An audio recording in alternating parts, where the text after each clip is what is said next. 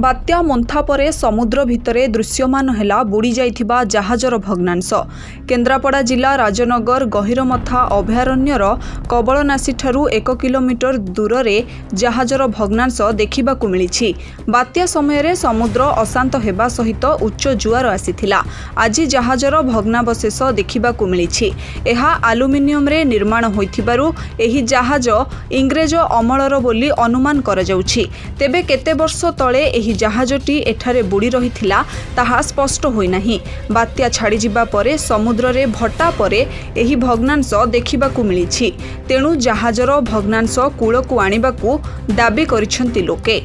मैं प्रकृत में कहूँ जे एटा हूँ ब्रिटिश अमलू ये घटनाटा घटीला एवं से ब्रिटिश अमलर जहाज किंबा अन्य कौ देशर जहाज आम प्रकृत में एपर्यंत सठिक भाव में जना पड़ी ना। किंतु आमे देखुचु अगरनासीर जो जगार से रही समुद्र पतन जो कमी आसूची से जहाजर भग्नावशेष देखा जाउची एवं अति विपज्जनक भाव से जो भाव में रही माछ फिशिंग करुवा बोट मानक पई विपद एवं जो माने कोस्टगार्ड सिस्टम रे जो माने जंगल को जगुचंती से माने जो बोट जीवासवा करुची से मानक पई मध्य विपद अछि।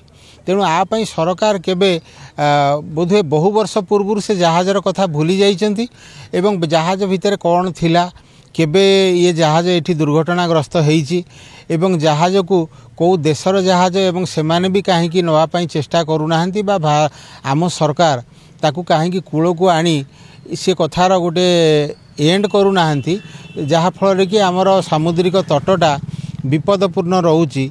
आमे आशा करूचु जे सरकार ए बाबद रे बा जो ये डिपार्टमेंट ए बाबद रे टिके पदक्षेप नौ। जो गहिरमथा माराइन सेंचुरी जो अच्छी तारी सही अंचल रे जो भग्नावशेष भाव रे गोटे जहाज या लुकायित हेउची। तेणु यह बर्तमान तदंत सापेक्ष यह अनुमान करा जाउची यह निश्चित भाव से इंग्रेज समय आउ तार जो गठन शैली एवं लुहा भली जो ऊपर को देखा जाउची ताहा पछरे गोटा विराट इतिहास थाई पारे। तेणु ए आय परे अधिक गवेषणार आवश्यकता रही। ब्यूरो रिपोर्ट ONA खबर।